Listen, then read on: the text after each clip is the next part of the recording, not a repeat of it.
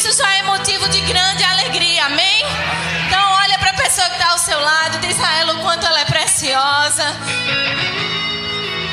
Como é bom fazer parte do corpo de Cristo juntamente com ela. Sai do seu lugar, abraça um irmão que você não abraçou ainda, se movimenta.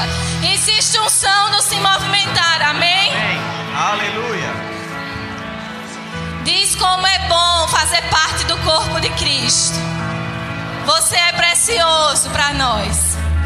É um prazer nós servirmos a Cristo juntamente com você, amém?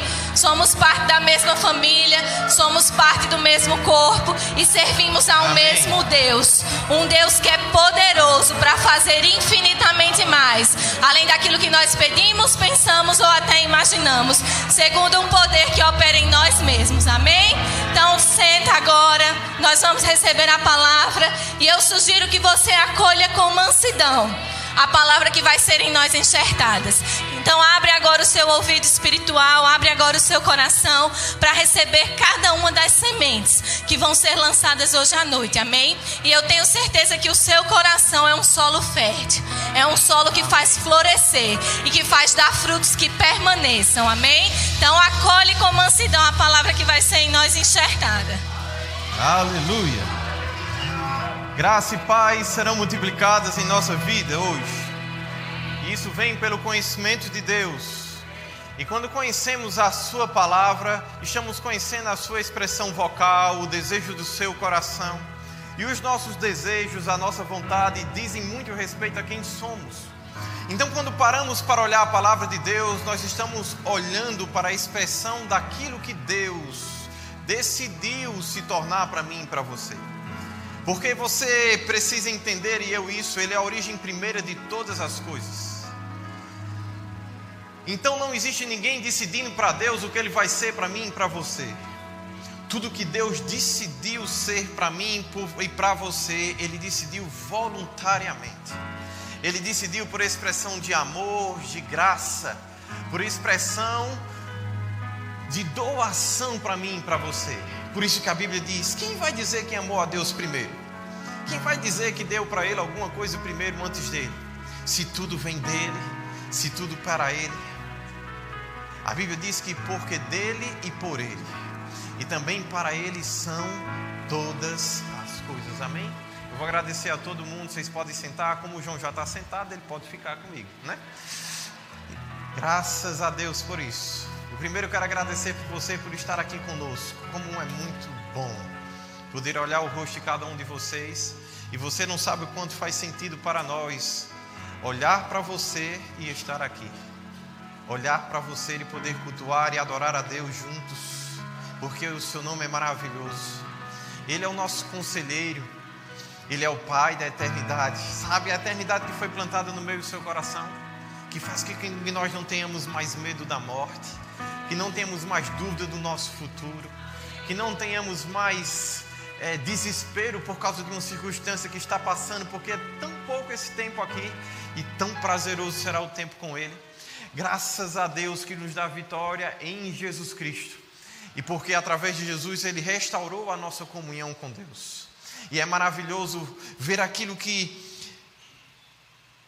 os antigos cantam, e que Jesus orava de uma forma tão veemente e de uma forma tão honrada diante de Deus. Jesus dizia assim: Pai, faz com que eles sejam um, porque o mundo vai saber que eu sou o enviado, o meu propósito vai ser revelado ao mundo.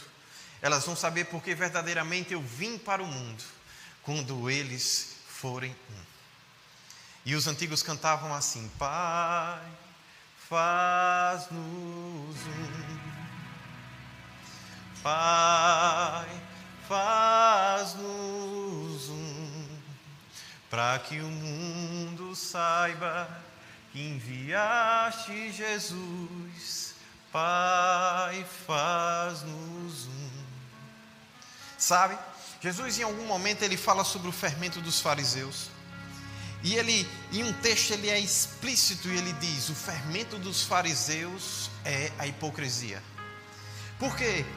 Porque chega num outro momento que Jesus precisa ser explícito, às vezes, e direto em algumas situações, Porque às vezes as situações da vida fazem com que nós ouçamos diferente os mesmos princípios e os mesmos valores que Deus colocou nas nossas vidas.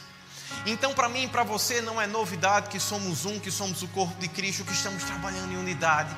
Nós já sabemos disso, e eu sei que você já sabe disso, mas sabe Deus de várias maneiras, de diversas formas, pelos pais, pelos filhos, pelos profetas. Ele esteve sempre falando da sua vontade, e Ele hoje vai tentar de uma forma diferente reestabelecer para você o firmamento da unidade, e reestabelecer nessa casa o firmamento da unidade, que é tão importante para o meu, para o seu sucesso e o sucesso do reino de Deus.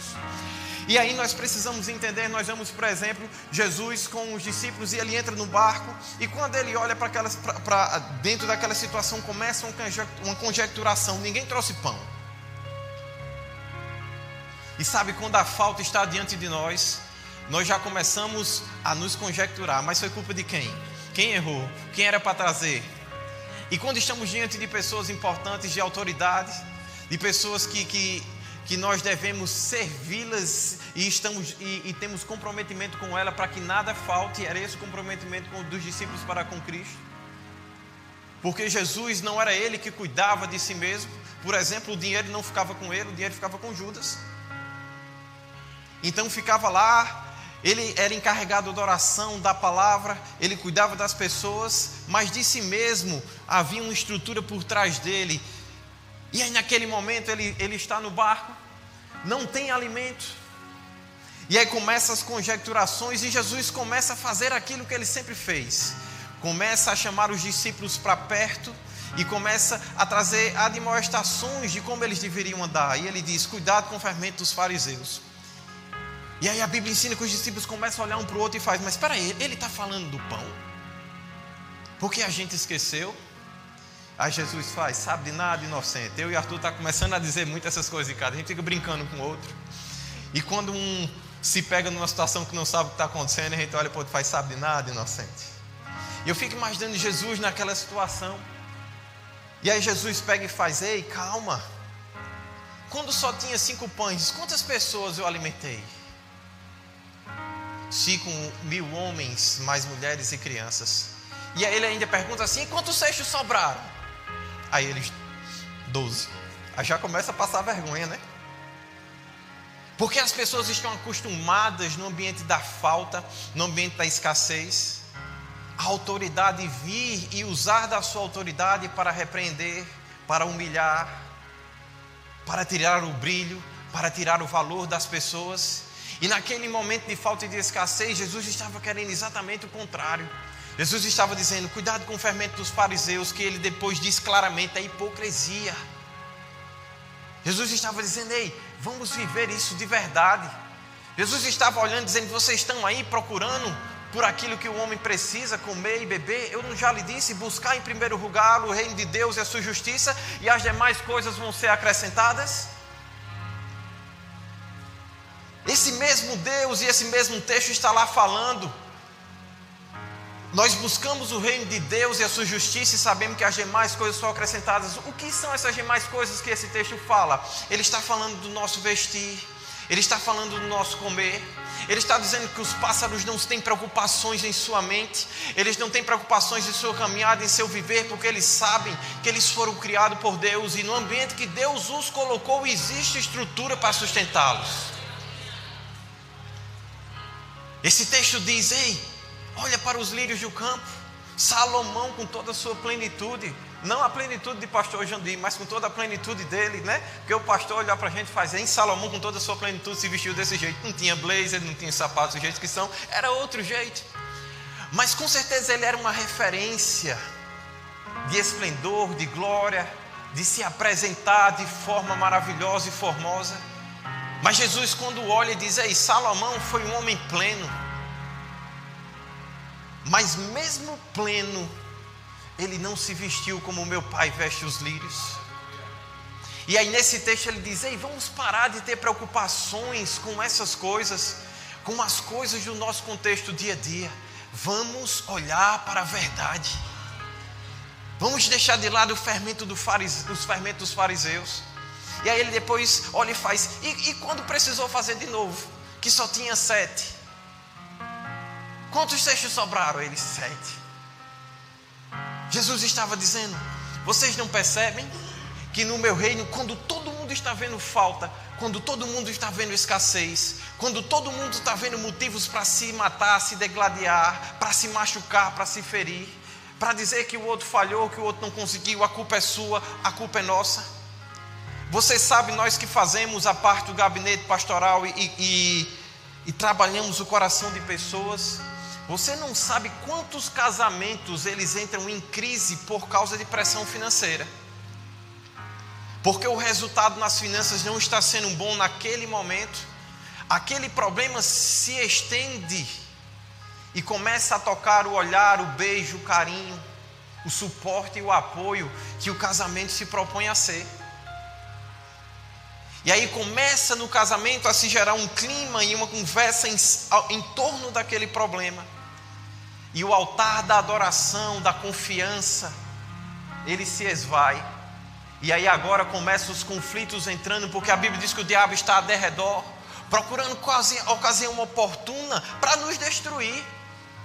E ele vai tentar pelas pressões das finanças, ele vai tentar, se for possível, por uma enfermidade, ele vai tentar por limitações qualquer, mas as nossas limitações não podem ser motivos para nos afastar uns dos outros.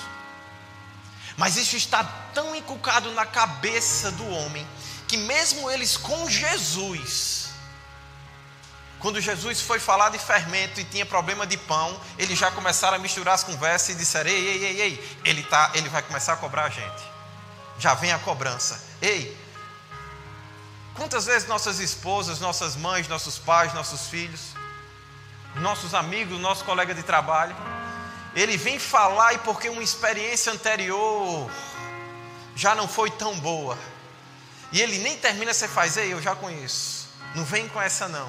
E às vezes você não sabe nem o que ele realmente quer, mas você já está tão armado, a sua mente já está tão pronta para o conflito e para o confronto, que você não se permite nem entender o que está acontecendo, para interagir como a palavra nos ensina. Mas a questão é como a palavra nos ensina, porque até mesmo os discípulos que andaram com Jesus, quando eles esqueceram do pão, que Jesus falou do fermento, eles disseram: eita, agora lá vem o assunto do pão. Eu não sei você, quando você se olha no espelho, quais são as coisas que você olha para você e você sabe que ainda lhe falta. Eu tenho as coisas que eu tenho certeza que ainda me faltam.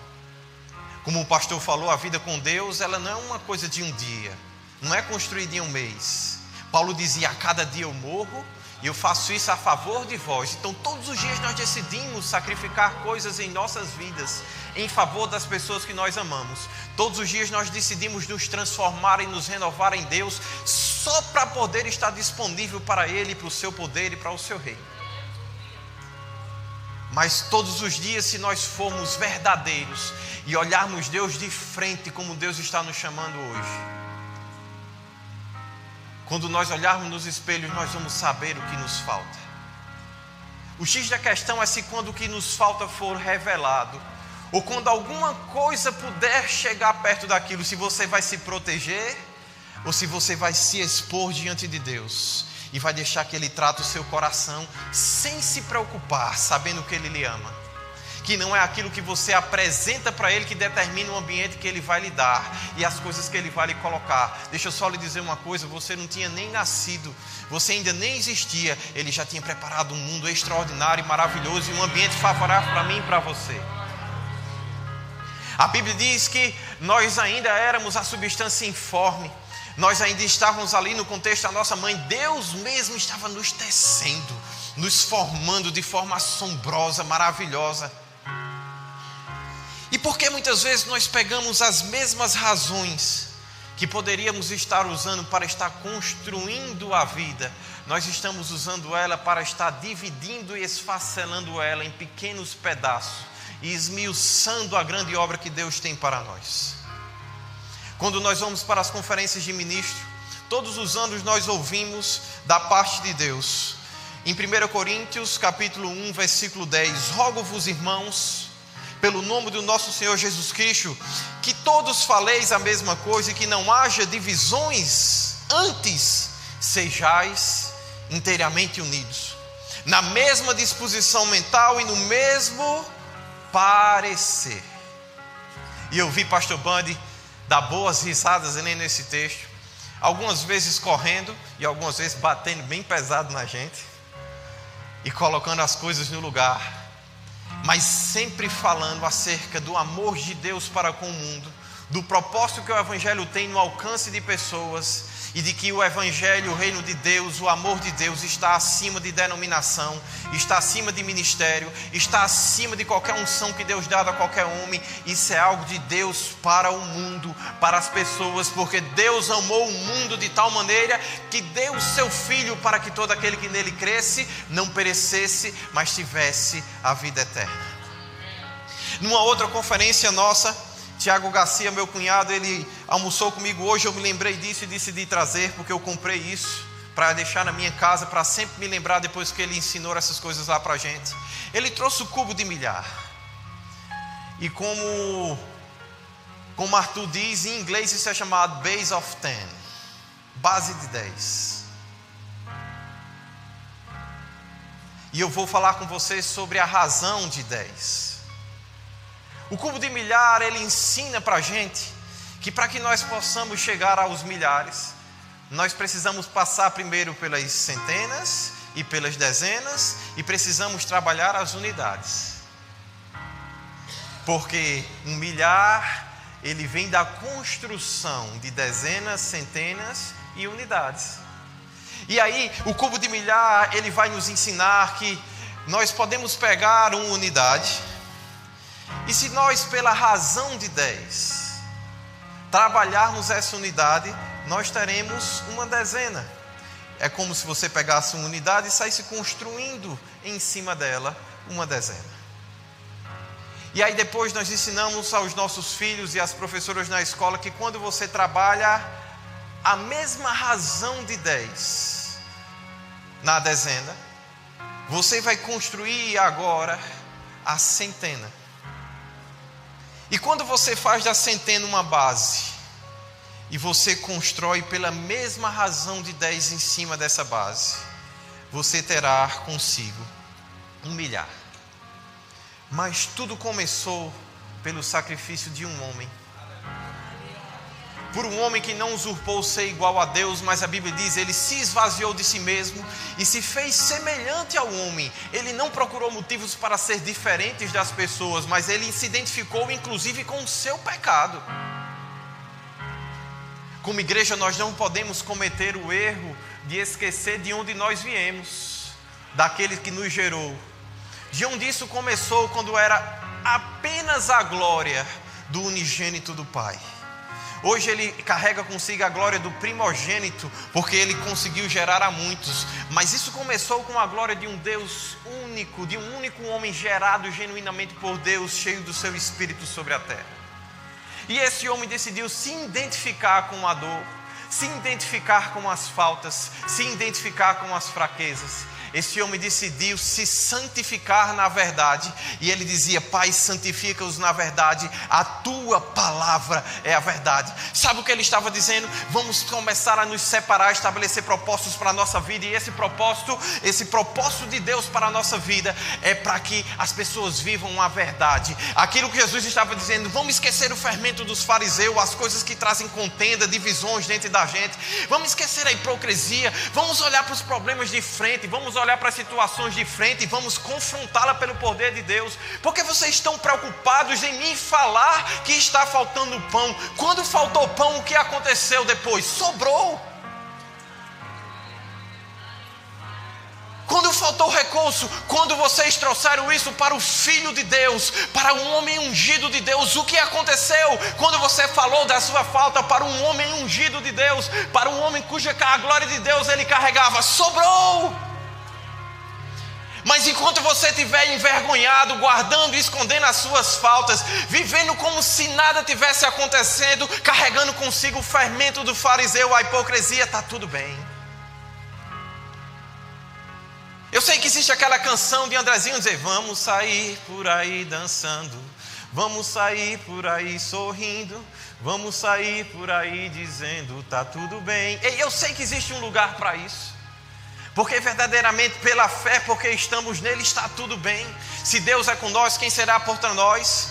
Sabe, se andarmos pelo vale da sombra da morte, nós sabemos que ali Ele está nos guardando, nos confortando, o seu cajado é conosco. Ei, mas deixa eu só lhe dizer uma coisa, mas com Deus, face a face, não existe lugar para dizer que está tudo bem.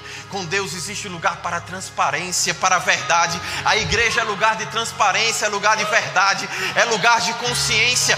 Nós temos que deixar de ser hipócritas e começar agora a viver a verdade, a sermos verdadeiros, como o pastor tem nos ensinado, sermos genuínos diante de Deus. Por que precisamos ser genuínos, irmãos? Porque o mundo ele interage de uma forma totalmente diferente. Você precisa entender que a mesma razão de 10 que constrói o cubo de milhar é aquela que pode dividi-lo por inteiro. Se eu decidir e partindo ele de 10 em 10 partes, eu vou chegar à unidade, da mesma forma como eu fui multiplicando ele.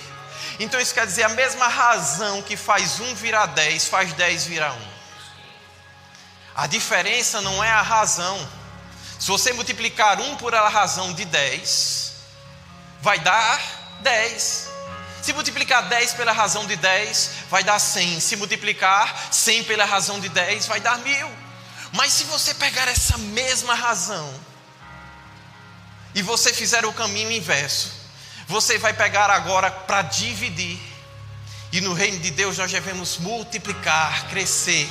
Porque a Bíblia diz que Ele nos designou para dar frutos e frutos que permanecem. No reino de Deus nós não perdemos irmãos, porque a pessoa fez algo que eu não gostou comigo, ele não se tornou meu primo, ele continua sendo meu irmão. Porque às vezes parece que nós somos irmãos dentro da mesma igreja, dentro da mesma congregação, e os das outras se tornaram primos. Eles são nossos irmãos. Porque você pode pensar que você tem uma igreja de 500 pessoas em São Paulo, porque você está vendo Igreja Verbo da Vida em Pinheiros. Mas se você ver Verbo da Vida, você já vai ver algumas milhares de pessoas que é a Igreja Verbo da Vida em São Paulo. Se você ver o Reino de Deus, você vai ver milhões de pessoas servindo e adorando a Deus nesse exato momento, juntamente comigo e com você. E isso é a Igreja de Deus do mesmo jeito. Então a mesma razão, a denominação, ela pode ser para mim e para você um motivo de estarmos juntos adorando a Deus, ou pode ser um motivo para que estejamos separados. Se os seus olhos forem bons, a Bíblia diz, todo o seu corpo será bom. Mas a Bíblia diz, se a luz que há em ti, para ti fores trevas, que grandes trevas você tem. Sabe o que Jesus estava dizendo? Que se a luz que Ele nos deu, que nós recebemos, mesmo com ela, nós ainda estamos insistindo em viver uma vida de trevas, uma vida de contenda, uma vida de briga, uma vida de conflito, está difícil resolver, porque não tem outra luz para dar não. É essa mesmo, a nossa luz é Jesus Cristo. Ele era a luz do mundo. E outra coisa, ainda fez de você também esse sal e essa luz. E se a sua luz não brilhar, irmão, ele disse, se o sal for insípido e a luz não resolver o problema, vai ser jogado fora. E aí eu estou querendo dizer para você que nós temos o mesmo contexto de razões. Aí agora vamos ver a mente de Cristo. Eu não vou conseguir abrir os textos por causa do tempo, mas veja que coisa linda e extraordinária era Jesus.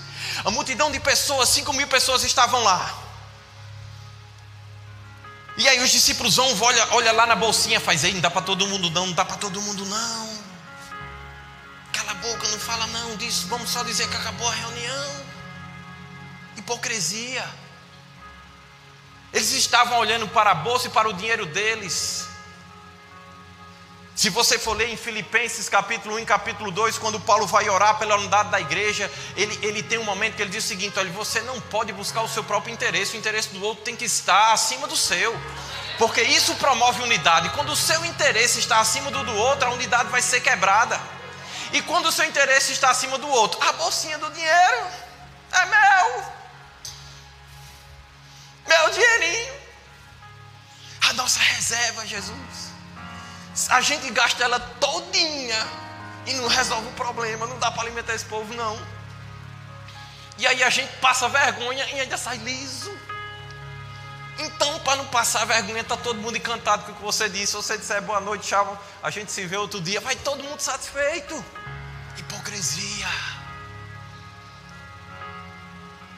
O problema não era estar de tarde e de noite isso não. O problema era que se fosse se envolver com problema, tinha que gastar tudo que tinha. Tinha que se dar. E aí Jesus faz, ei, fermento do fariseu? Não, eu tenho um fermento diferente, deixa eu ensinar para vocês com o meu fermento, deixa eu botar o meu fermento no pão, no bolo de vocês, naquilo que vocês têm, para vocês verem como é diferente. Jesus tinha uma forma diferente de produzir aumento, de fermentar as coisas, de interagir com a vida. Aí Jesus chegava e dizia assim, ei, meu fermento é diferente, não pode ser assim não, para todo mundo e vocês, bando de incrédulo, pega cada um cesto. E ele alimenta aquelas pessoas. E deixa eu só lhe dizer algo, para ter unidade na igreja tem que ter trabalho, porque a Bíblia diz, reino de Deus conquistado por esforço, os que se esforçam se apoderam dela. Você acha que Jesus multiplicando o pão para 5.000 pessoas, ele trabalhou pouco aquele dia?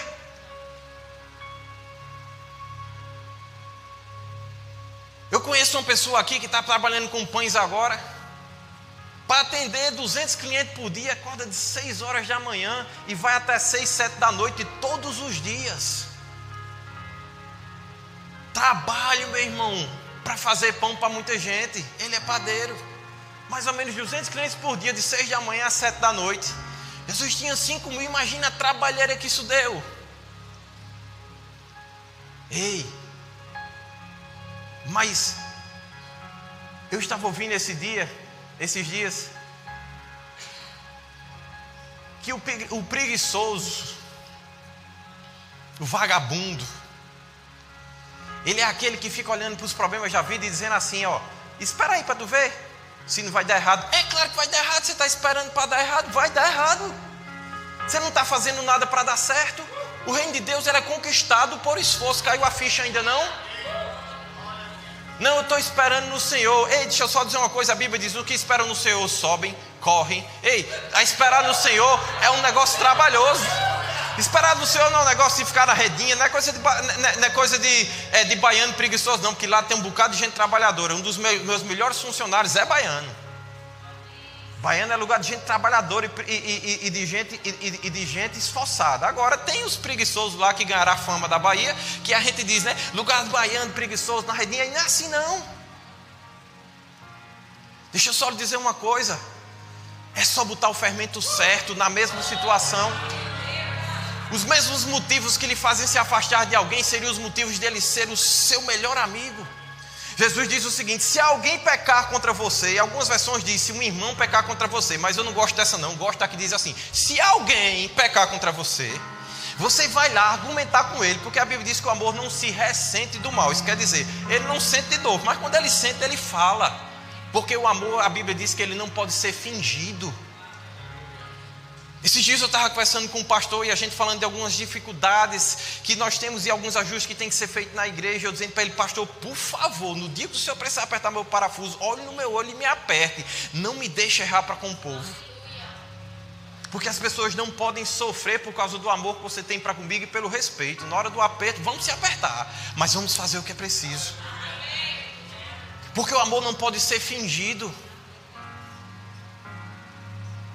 Aí Jesus diz, o cara pisou no seu pé, alguém, você vai argumentar com ele e você vai conquistar para você um irmão. O problema é que quando alguém faz algo que a gente não gosta, primeiro a gente já não quer mais conversa com ele. Ou se quiser conversa, a gente já vai pensando assim, eu vou falar isso, aí ele vai falar isso, aí eu vou ficar mais chateado, vou falar isso, vou lembrar ele daquele dia, disso, daquilo, e vou lembrar também disso, e se precisar eu vou mandar ele embora. A gente nem conversou com o cabo, nem bateu de frente. Às vezes ele está todo constrangido, doido para lhe pedir perdão, porque sabe que errou com você, mas você já está mandando ele embora da sua vida, na sua mente. Fermento dos fariseus. A massa cresce e leveda, não tem nem tanta consistência assim, mas você já está brigando, chateado, você já está de ódio. Eu tinha uma amiga minha que dizia assim, eu amo de coração. Às vezes eu acho que tem umas pessoas que têm ódio de coração também. Porque quando acha um motivo para brigar, meu amigo, se apega com aquilo, quando a Bíblia diz que a gente deve se apegar com amor, com temor, com outras situações. A Bíblia diz que Jesus deleitar-se-á no temor do Senhor, não vai julgar nem segundo vê os seus olhos, nem segundo vê os seus ouvidos. Jesus dizia: eu falo o que eu vejo o Pai falar, e eu faço o que eu vejo o Pai fazer. E na hora que os conflitos vierem, você tem que dizer: Deus, você está fazendo o que acerca disso? Porque a Bíblia diz que Ele trabalha por aqueles que nele esperam. Isso é esperar no Senhor. O que é esperar no Senhor? É você se colocar diante de Deus e dizer: Deus, você trabalha por quem espera, eu estou esperando. O que é que você está fazendo aí, Pai? Porque o que você fizer aí é o que eu vou fazer aqui. O que você falar aí, Pai, é o que eu vou falar aqui. O que é que você tem que dizer para aquele irmão que pecou contra mim, que errou contra mim? Eu garanto que não era o que estava na sua mente. Eu garanto que ele vai falar de amor, de perdão. Porque a Bíblia diz que Deus não estava em Cristo imputando aos homens as suas transgressões, mas Ele estava perdoando. Ele estava sem lançar em rosto. Diante de Deus, a Bíblia diz: aquele que não tem sabedoria, peça. E fique tranquilo que Deus, além de dar, nem vai se lembrar, nem vai lembrar você disso. Não vai ficar lançando em rosto que Ele lhe deu, não. Ele só vai dar, porque Ele lhe ama. Mas nós precisamos entender: queremos ser uma igreja poderosa? Queremos ter orações respondidas? Essa é uma boa pergunta. Porque se eu e você queremos ter orações respondidas, nós precisamos ver o que está no contexto. Quando Jesus diz assim: se 2 ou 3 ligaram alguma coisa na terra, também vai ser ligado no céu. Sabe o que está naquele contexto? Perdão.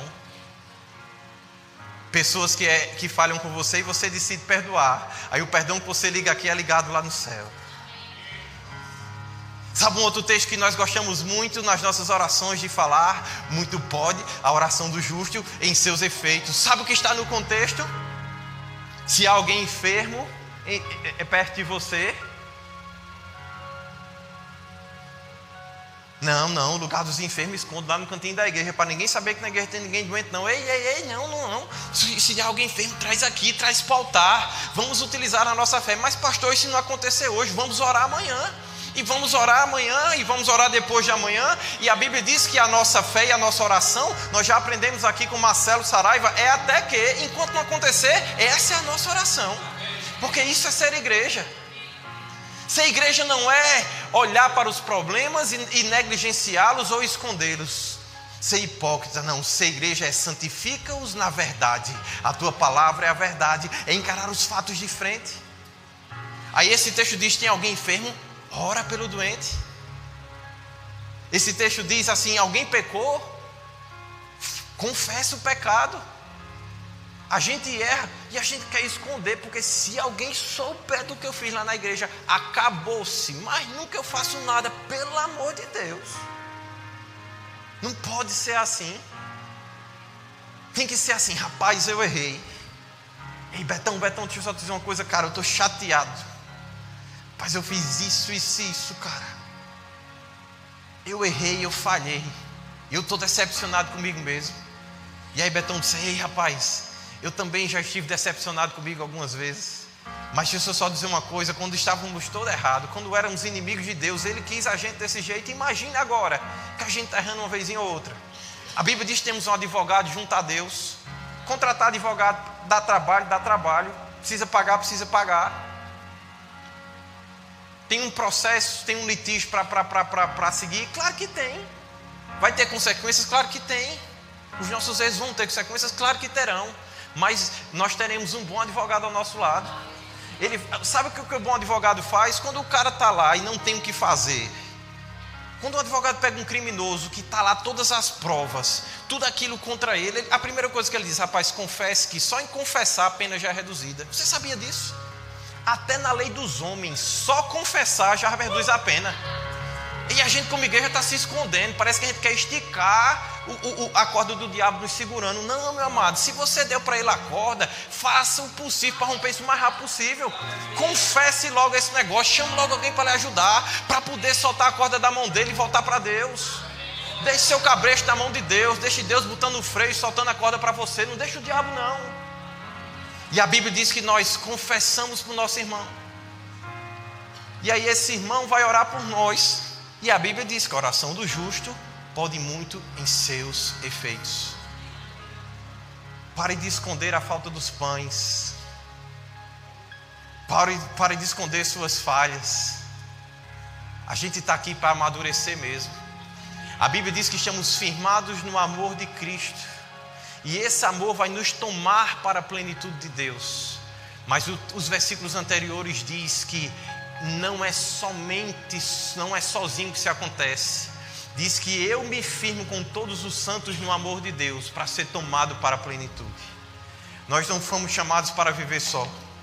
O louvor pode subir, o pastor também pode subir. E você também pode se levantando aí do seu lugar, de pé onde você está. Mas hoje Deus está nos lembrando acerca do poder e da importância que a nossa unidade tem. E enquanto o pastor sobe, eu quero lhe lembrar algo. E ler a oração de Jesus para que você possa ir para casa lembrando do desejo dele. Santifica-os na verdade, Pai, a tua palavra é a verdade. Assim como você me enviou ao mundo, eu também os enviei. Então, da mesma forma que Jesus veio para agregar pessoas, para perdoar e para santificar, assim também a minha vida é sua. E aí a Bíblia diz, em favor deles, e aí você pode pensar, em favor deles, agora você se pensando nesse lugar, em favor deles, Deus, eu me santifico a mim mesmo, para que eles também sejam santificados na verdade. E eu não rogo só por esses que você tem me dado, mas também por aqueles que ainda vão vir e que vão crer na pregação da tua palavra, por intermédio do teu evangelho, a fim de que todos nós, Pai, sejamos um, como és tu, Pai, no Cristo, Filho e também em mim. Então, Pai, também que eles também sejam um em nós, para que o mundo creia que Cristo Jesus foi enviado. Eu lhe tenho transmitido a glória que você tem me dado, para que eles sejam um, como nós somos, eu neles e você em mim, a fim que sejam aperfeiçoados na unidade, para que o mundo conheça que tu me enviaste e os amaste, como também amastes a mim. Deixa eu só lhe dizer uma coisa: aperfeiçoamento, ele vem da unidade. Você pode ler em casa Efésios capítulo 4. Ele diz que um corpo cresce quando todas as juntas decidem se auxiliar mutuamente. E o ajuste de todas as juntas e o auxílio mútuo, ele promove para si mesmo o seu próprio crescimento. Você quer sair da condição que você está? Você quer crescer na vida com Deus para o seu reino, em seus negócios, em tudo que você está fazendo? Faça ajustes, agregue pessoas, vive em unidade. Deixa a hipocrisia passar longe de você, porque Deus nos chamou para viver em unidade. Deus nos chamou para viver em unidade. Amém?